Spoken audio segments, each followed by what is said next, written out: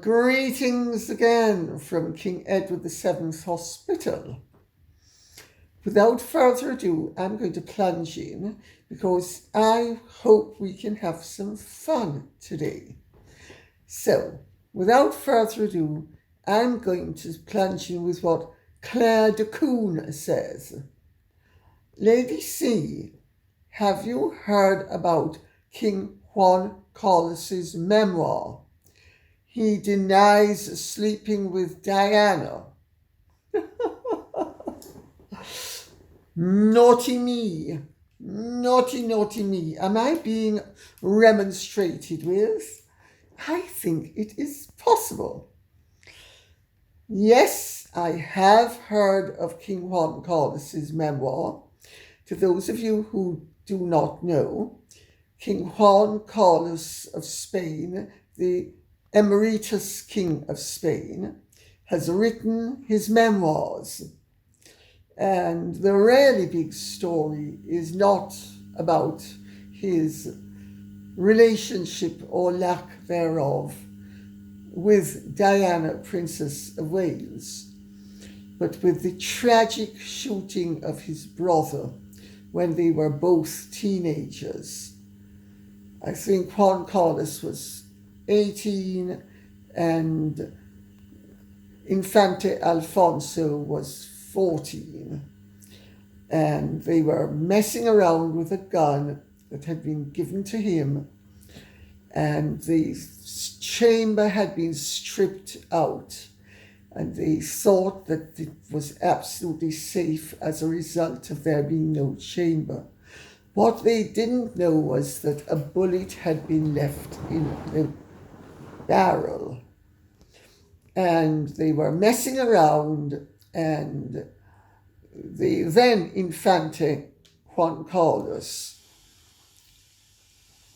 who was on holiday in Estoril, where the royal family was in exile, because he was being educated in Madrid gratis, Generalissimo Franco, who was training him up to become the heir to the Spanish throne, which Generalissimo Franco was the regent of. So Spain was still a monarchy. It just didn't have a king regnant. And Franco had decided that Juan Carlos should be trained up to be the king, not his father, Infante Juan, who was the Count of Barcelona and who was the rightful heir to the throne. But he would skip over a generation, and they all went along with it so that the Spanish throne would be restored. And anyway, the two boys were messing around, and the bullet discharged into the frame of the doorway and ricocheted onto his forehead, and he obviously did not survive. And it has been, according to Juan Carlos, the great tragedy of his life. I can well understand that. I mean, I've had far lesser tragedies in my life that I haven't got over, some of which are too graphic to go into here, but are related to, say, the murder of my grandfather, which has had a lifelong effect upon me because of what I saw after his death, the residue of what I saw. And I was not responsible for that, while Juan Carlos, of course, in some degree was responsible. And so he goes into that. He goes into an awful lot of other stuff about the reign, and he, whatever his failings, Juan Carlos is somebody to whom the West owes a great debt, because he has been the person who assured Spain of becoming a democracy. He had choices, and he always made the right choices in terms of the progression of Spain from absolutism into democracy. And his reign derailed pretty dreadfully when he had an accident on a tour in Africa with his then mistress, Corina Lawson, who is sometimes known as Corina zu sein Wittgenstein. And she set about destroying him and practically succeeded. Fortunately, she didn't succeed, but she certainly cost him his throne. And anyway, he's written these memoirs, and in my first Diana book, I recounted that King Juan Carlos was supposed to be one of Diana's confidants. I mentioned only 4 confidants. I could have mentioned many more, but I didn't. I thought I'd stick to 4.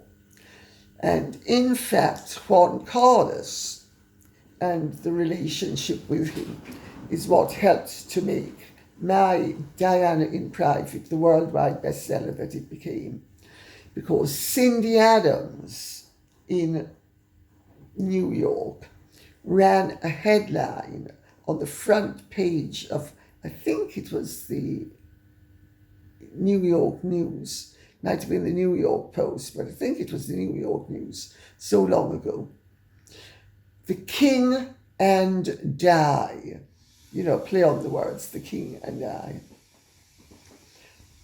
Well, I was told that he and Diana had had a little step out.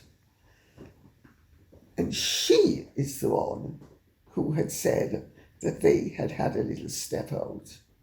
And it's really interesting that he has come out and denied that they had a little step out. Because I know very well that when my book was being published in Spain, in the Spanish version, the Marqués de Torregrosa, who was, I think, the deputy chamberlain of the royal household at the time, and had been posted here as, I think, the deputy ambassador. And he was a friend of mine. And he rang up this friend of mine and he said, "You're not going to believe what King Juan Carlos just did. He came in and he has sent us out to buy 30 copies of George's book." So whether anything happened or not, he was certainly chuffed that it was being said that something had happened. Now, King Juan Carlos was a great swordsman, but he's a great gentleman, and he's always been a great friend of the king. And so I get why he would deny there was anything, even if there had been something. But what to me is interesting is that it's quite likely that King Juan Carlos is speaking the truth, and that Diana is the one who wanted people to believe that she and Juan Carlos were stepping out. And I know as a fact that on that visit, Charles was so peed off with her behaviour that he left the Buckingham Palace and went and stayed with José Luis de Villalonga, the Marqués de Villalonga, whose son had been a beau of mine, and who was at the time a very well-known Spanish writer. So I just say all of that for what it's worth and throw it in the mix. Who knows where the truth lies, but it all makes for an interesting tale, doesn't it? Penny says, the king filed and declared letters patent that Prince Andrew is now known as Andrew Mountbatten Windsor, not Lord or any title. It's very clear.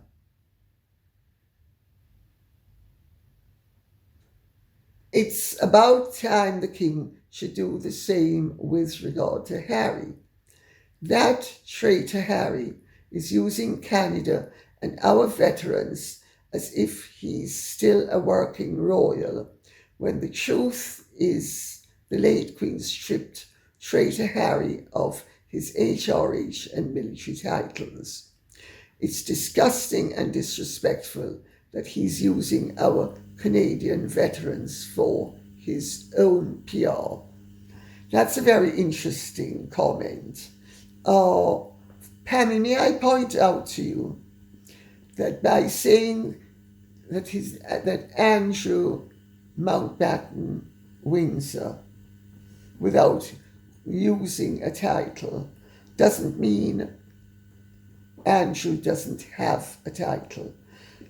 It's very specific that he was stripped of his princely rank, style, and title. Everybody in this country has a title, whether it's just Miss or Mrs. or Miss or Ms, I suppose. Every human being in this country has a title.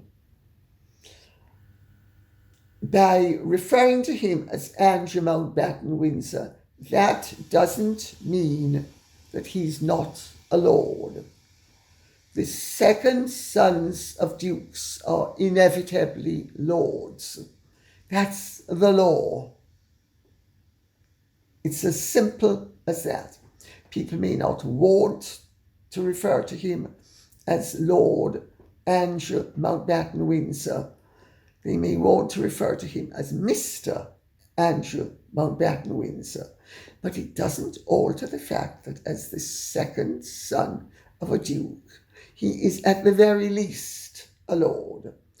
And having been stripped of his princely rank, he hasn't been stripped of the dignities that devolve upon the second son of a duke.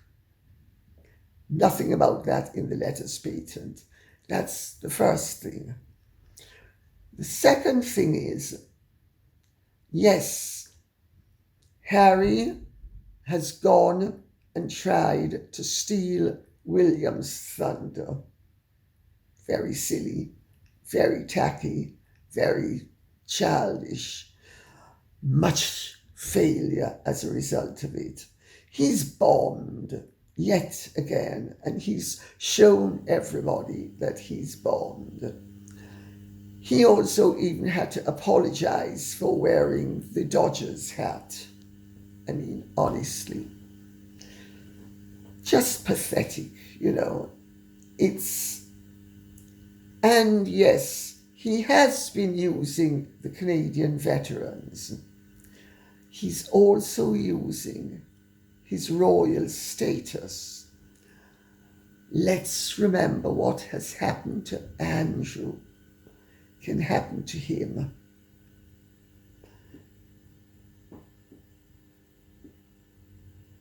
Is it going to happen to him?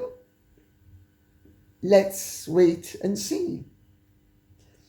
You know, a precedent once set can be utilized.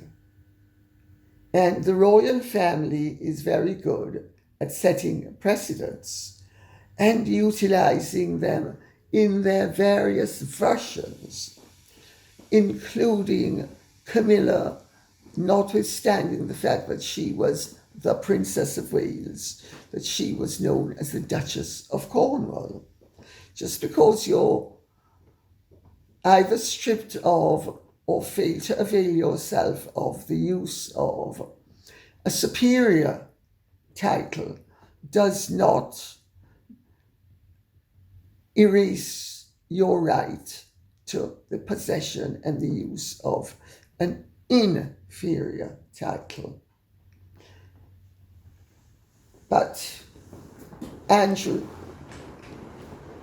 has not been quite as exploitative of his connections the way Harry has been.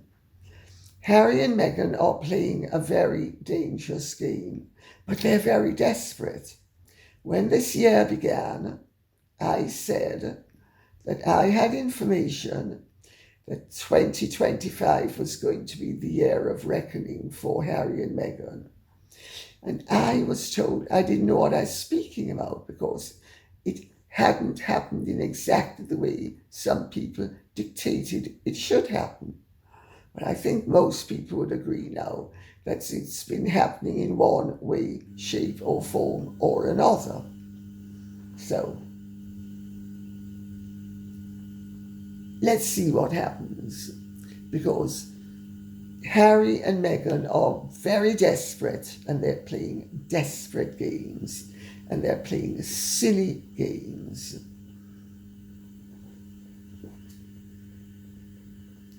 Margaret McNeil says, according to other sources, Meghan did not get a big payment for her cameo appearance. Apparently it was clothing and expenses to the maximum value of $25,000. We may never be told the truth. I've heard that as well. I've heard that she actually got no payment at all and that she got expenses. But I made the point that even if she did get a payment, it was never going to be a life-saving or career-saving or face-saving payment. It was always going to be a bagatelle. Now, was it only $25,000? Quite possibly. Could it have gone up to $250,000? Possibly, but less likely. But the point I was trying to make, and the point I will still try to make, is that no matter what payment she got, it's derisory. It's not a mark of success. It's a mark of failure. She is scratching around, trying to present as great victories what are basically minor defeats. I hope that answers that question. And I will add as well that there is evidently quite a lot of argy-bargy going on behind the scenes, because Meghan very stupidly is insisting that she be billed as Meghan, Duchess of Sussex, when in fact it would behoove her, and they want her to be billed as Meghan Markle. Now, actresses are normally billed under the name that they became well known as. For instance, the actress Susan Sarandon. She and Chris Sarandon have been divorced for many years, but she's still known as Susan Sarandon. Elizabeth Taylor, despite her numerous husbands, was always billed as Elizabeth Taylor. Zsa Zsa Gabor, Zsa Zsa, Rita Hayworth, not Princess Margarita Ali Khan, etc., etc. It's just the way it's done. It's stupid of Meghan to try to be billed as Duchess of Sussex for several reasons. Not only does it denigrate her professionalism as an actress, but it also shows her desperation to cling on to a status that she is in danger of losing entirely. And it hastens the possibility of that terminus arriving rather more suddenly than she would hope. Does she think that by doing this, that, well, people will remember that I was Meghan, Duchess of Sussex, and so I'll always be Meghan, Duchess of Sussex? That's not how it works. Nobody thinks of her in terms of Meghan, Duchess of Sussex, except Meghan Markle. Everybody thinks in terms of her as Meghan Markle. It's the best name she has for professional purposes. It also is what pops up on the algorithm.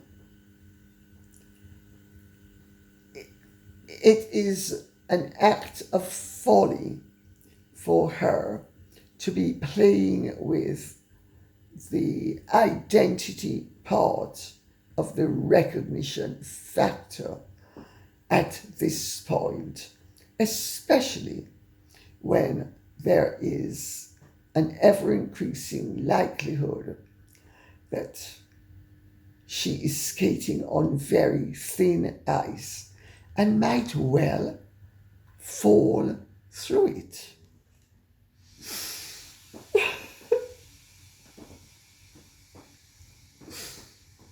How many tears left I?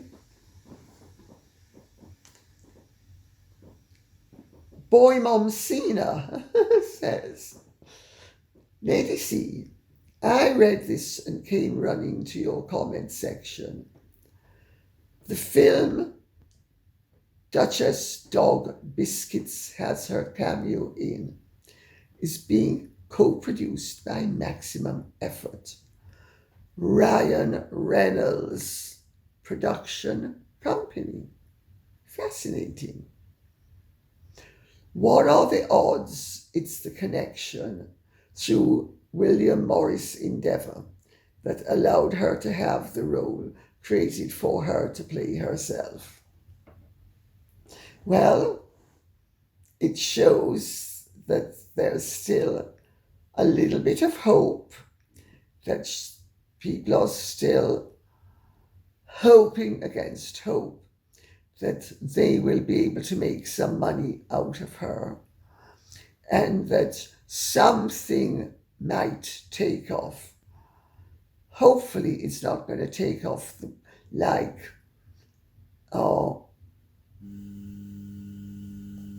do you remember, I think it was called The Golden Goose, the turkey of a plane that Howard Hughes tried to build? I think it flew for like 3 yards.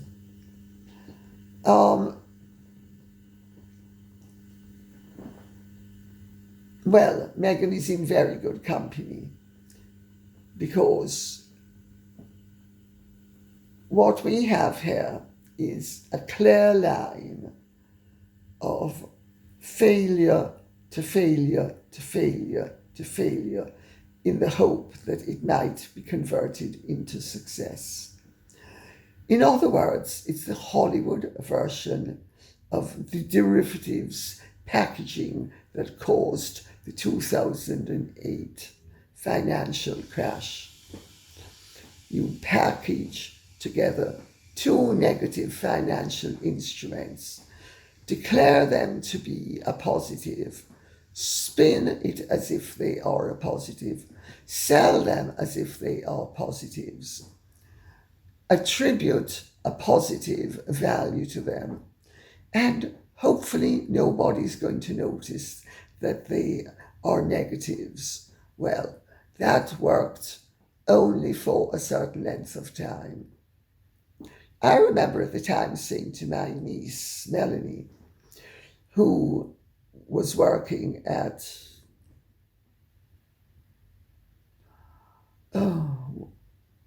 what is the name of the very popular, I should know because my ex-husband's families helped to found it. Anyway, one of the big banks in America. And sorry, I'm still not 100%, in case you haven't figured that out. I'm still doped up to my eyeballs. And Chase Manhattan. And she tried to explain to me, Melanie, my niece, how dumb I was and how clever she and all of her financial people were in having come up with packaging negatives into positives. And I said to her at the time, I said, Melanie, money is not the English language. Two negatives don't make a positive. Wait for it. You have just told me that there is going to be a massive crash if this is what Wall Street is basing one of its main forms of success upon. Sure enough, within 2 years, the whole thing had collapsed. Well,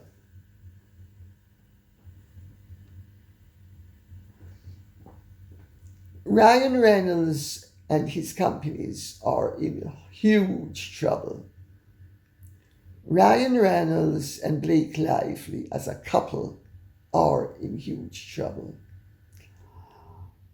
Blake Lively as an actress is in even huger trouble. I said some time ago, and I've not repeated it because I keep on hearing the same thing, which is that Blake Lively is finished in Hollywood now and forever, and that any revival that Ryan Reynolds has will be severely restricted to them being not linked in terms of movies and the public. But I'm also told that Ryan Reynolds is in huge trouble. Well, William Morris Endeavour is in huge trouble because William Morris Endeavour, Ari Emanuel, is the one who personally dumped Justin Baldoni at the beginning of all of this and came out slugging on behalf of Blake Lively, notwithstanding the fact that he ought to have known that the whole thing was a put-up job, cooked up by Blake Lively and Ryan Reynolds with the possible collusion of Sony to wrest control of the Colleen Hoover rights from Baldoni so that they could set up their own independent production company to make other Colleen Hoover movies. And sure enough, everything I was told is emerging as fact. And this Judge Lyman has been making rulings that make it virtually impossible for Blake Lively to escape the noose that she was preparing for Justin Baldoni. She is Haman the Agagite, and he is Mordecai. She will swing from the gibbet that she prepared for him. And Judge Lyman's rulings have been initially very sympathetic to Blake Lively, apparently, because he has been giving her every chance possible to be able to prove her unprovable accusations. And it would appear that Lyman has known all along that he was dealing with ruthless, very well-resourced people who would do anything and play any card legally to achieve a victory. And he has made sure that he has given the Lively side every opportunity to prove their case in the certain knowledge that it is unprovable. Clever. So you have a situation now where Ari Emanuel chose the wrong horse to back. The horse that he chose to back is going to be losing the race. The horse that the other horse is married to is being dragged down.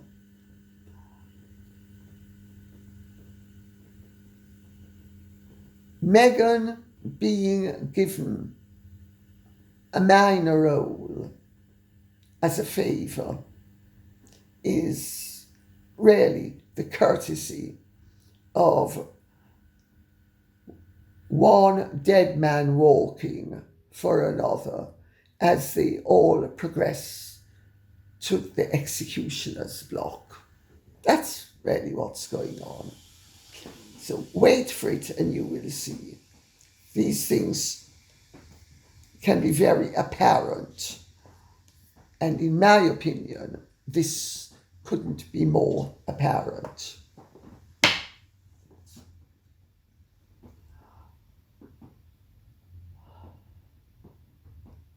User Carefree says, this is a very interesting observation, by the way. William has good people around him. He is doing great things with Earthshot. The young people are responding to his work. This is a very important point. And I'm reading this in another comment out because they absolutely hit the nail on the head. Because the monarchy to survive needs the involvement, respect, and, quite frankly, consideration of the young.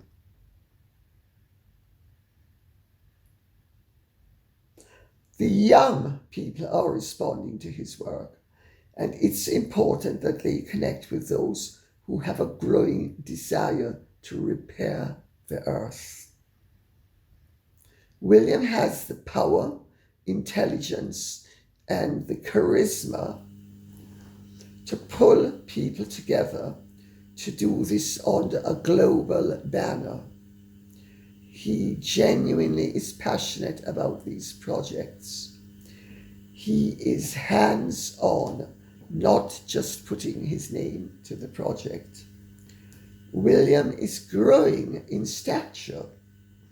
People are seeing what a good man he is, but he's also not political. He can work with all sides for the public good. His detractors who say he's not doing much work are very much mistaken. He is working hard with his projects behind the scenes. His Homewards project, another passion of his, is moving along. He is putting his money where his mouth is. I agree with all of that. And his ability to rope in people from all segments of the political divide, I think, is very commendable. And Uma Bell says, Prince William is a climate restorer, big block capitals, to help heal the damage, not for enriching himself. The rest are liars who only want to line their pockets. They have used William to make themselves popular because he is trusted. Hope he survives this corruption and gaslighting, in my honest opinion. At the moment, he is streets ahead because he has all sorts of people with him who in other ways, shapes and forms are against, if not him personally, what he represents.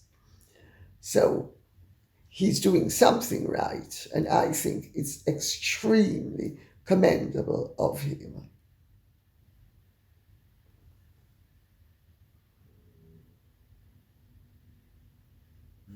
And I think at this point, I should say, thank you very much for listening.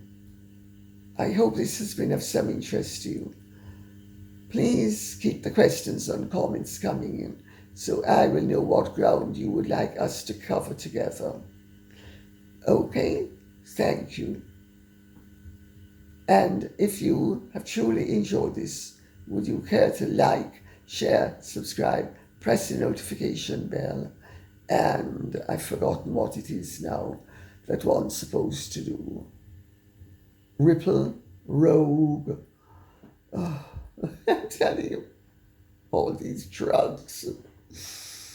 Boost, but it's not boost. Hyper. And it's something like that. Whatever it is, can you do it, please? Bear with me. I'm doing the best I can, and I have to say, I am enjoying still being able to have our time together. And I know it matters to a lot of you as well. And on that ground alone, I wouldn't want to let you down. But it's wonderful to know that what I am doing with you matters to so many of you. It makes a huge difference to me, especially at a time like this. Godspeed, take care, and bye-bye.